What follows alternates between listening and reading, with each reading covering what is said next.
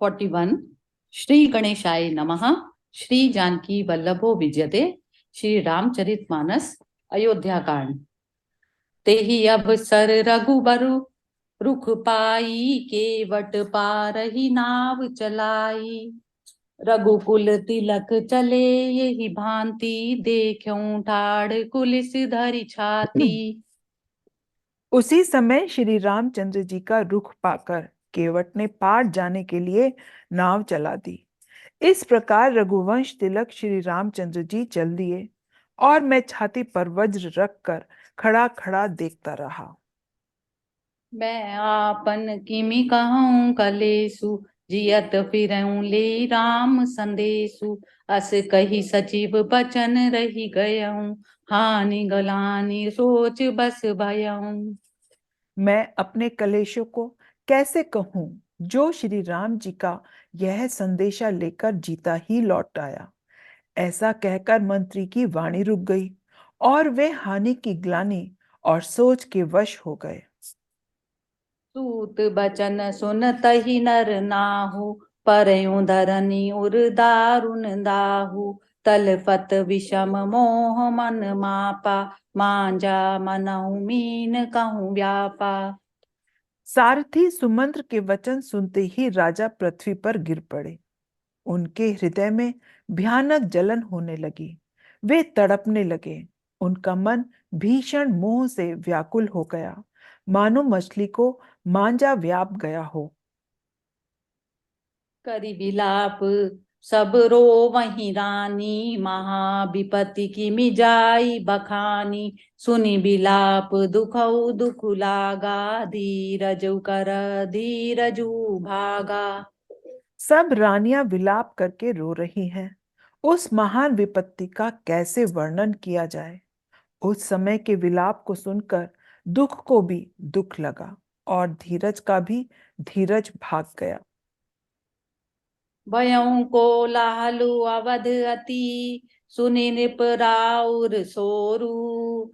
विपुल बिहग बन परऊ निसी, मानहु कुलिस कठोरू। मंगल भवन अमंगल हारी, द्रव उसो दशरथ अजिर बिहारी।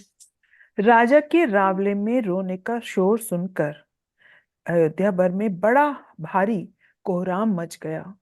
ऐसा जान पड़ता था मानो पक्षियों के विशाल वन में रात के समय कठोर वज्र गिरा हो। प्राण कंठ गत भयऊ भुआलु, मनि विहीन जन व्याकुल व्यालु। इंद्रि सकल बिकल भई भारी, जनु सर सरसी जबनु बिनु बारी। राजा के प्राण कंठ में आ गए, मानो मणि के बिना सांप व्याकुल हो गया हो। इंद्रियां सब बहुत ही विकल हो गई, मानो बिना जल के तालाब में कमलों का वन मुरझा गया हो। कौसल्या नृपुदीख मलाना, रवि रवि अथयऊ जिय जाना। उर धरि धीर राम महतारी, बोली बचन समय अनुसारी। कौशल्या जी ने राजा को बहुत दुखी देखकर अपने हृदय में जान लिया कि अब सूर्य कुल का सूर्य अस्त हो चला। तब श्री रामचंद्र जी की माता कौशल्या हृदय में धीरज धरकर समय के अनुकूल वचन बोली। नाथ समुझि मन करहिं विचारु, राम वियोग पयोधि अपारु। करन धार तुम अवध जहाजु, चढ़ऊ सकल प्रिय पथिक समाजु। हे नाथ, आप मन में समझकर विचार कीजिए कि श्री रामचंद्र का वियोग अपार समुद्र है, अयोध्या जहाज है और आप उसके कर्णधार हैं। सब प्रियजन, कुटुंबी और प्रजा ही यात्रियों का समाज है जो इस जहाज पर चढ़ा हुआ है। धीरजु धरहिं तपायऊ पारु, नाहि तबूढ़हि सबु परिवारु। जो जिय धरहिं बिनय पिय मोरी, रामु लखनु सिय मिलहि बहोरी। आप धीरज धरिएगा तो सब पार पहुंच जाएंगे, नहीं तो सारा परिवार डूब जाएगा। हे प्रिय स्वामी, यदि मेरी विनती हृदय में धारण कीजिएगा तो श्री राम लक्ष्मण सीता फिर आ मिलेंगे। प्रिया बचन मृदु सुनत नृप, चितयऊ आँखि उघारी, तलफत मीन मलिन जनु, सींचऊ शीतल बारी, मंगल भवन अमंगल हारी, द्रवहु सो दशरथ अजिर बिहारी। प्रिय पत्नी कौशल्या के कोमल वचन सुनते हुए राजा ने आंखें खोल कर देखा, मानो तड़पती हुई दीन मछली पर कोई शीतल जल छिड़क रहा हो। धरि धीरज उठी बैठ बुआलू, कहु सुमंत्र कह राम कृपालु, कहाँ लखनु कह राम सनेही, कह पिय पुत्र वधु बैदेही। धीरज धरकर राजा उठ बैठे और बोले, सुमंत्र, कहो कृपालु, श्री राम कहाँ हैं? लक्ष्मण कहाँ हैं? स्नेही राम कहाँ हैं? और मेरी प्यारी बहू जानकी कहाँ है?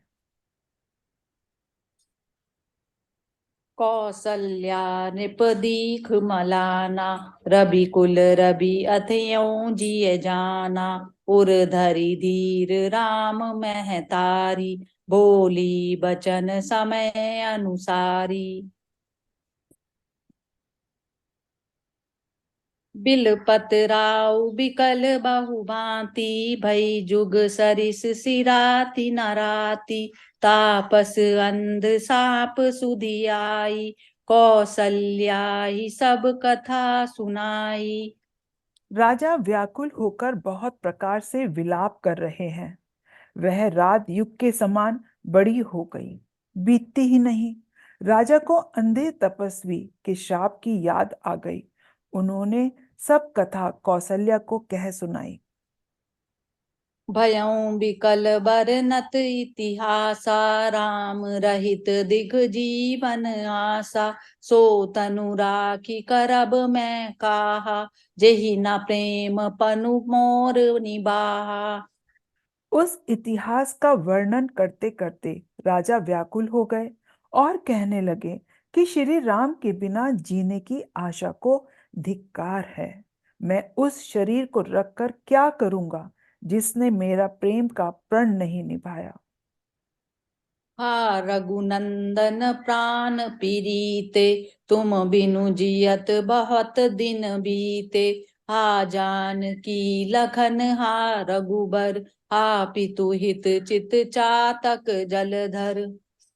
हाँ, रघुकुल को आनंद देने वाले मेरे प्राण प्यारे राम, तुम्हारे बिना जीते हुए मुझे बहुत दिन बीत गए।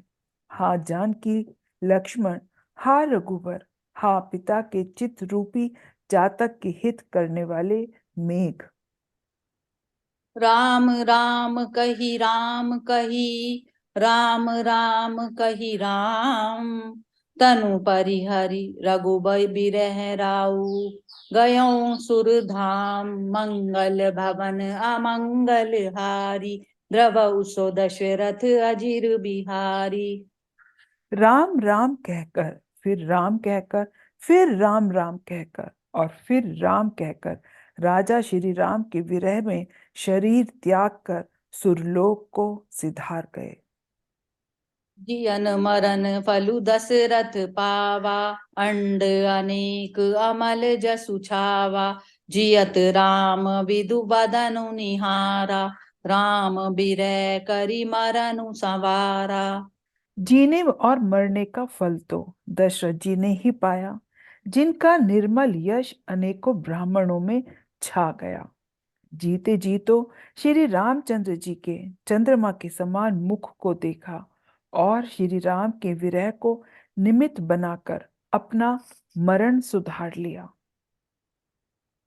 शोक बिकल सब रो वही रानी, रूप सीलु बलु तेजु बखानी, करही बिलाप अनेक प्रकारा, परही भूमि तल बारही बारा। सब रानियां शोक के मारे व्याकुल होकर रो रही हैं।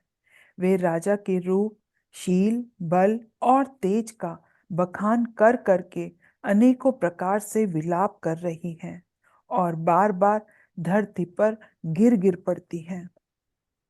बिलपहि बिकल दास अरुदासी, घर घर रुदनु रुदनु करहि पुरबासी, अथयं आजु भानुकुल भानु, धर्म अवधि गुण रूप निधानु। दास दासीगण व्याकुल होकर विलाप कर रहे हैं और नगर निवासी घर घर रो रहे हैं। कहते हैं कि आज धर्म की सीमा, गुण और रूप के भंडार सूर्य कुल के सूर्य अस्त हो गए। गारी सकल के कहीं देही, नयन विहीन कीन जग जेही, यही विधि विलपत ड्रैनी बिहानी, आए सकल महामुनि ज्ञानी। सब केकई को गालियां देते हैं, जिसने संसार भर को बिना नेत्र का कर दिया। इस प्रकार विलाप करते रात बीत गई। प्रातःकाल सब बड़े बड़े ज्ञानी मुनि आए। तब वशिष्ठ मुनि समय सम, कही अनेक इतिहास, शोक निवार्यों सबहि कर, निज विज्ञान प्रकाश, मंगल भवन अमंगल हारी, द्रव उसो दशरथ अजिर बिहारी। तब वशिष्ठ मुनि ने समय के अनुकूल अनेक इतिहास कहकर अपने निजी विज्ञान के प्रकाश से सबका शोक दूर कर दिया। जय सिया राम। जय सिया राम।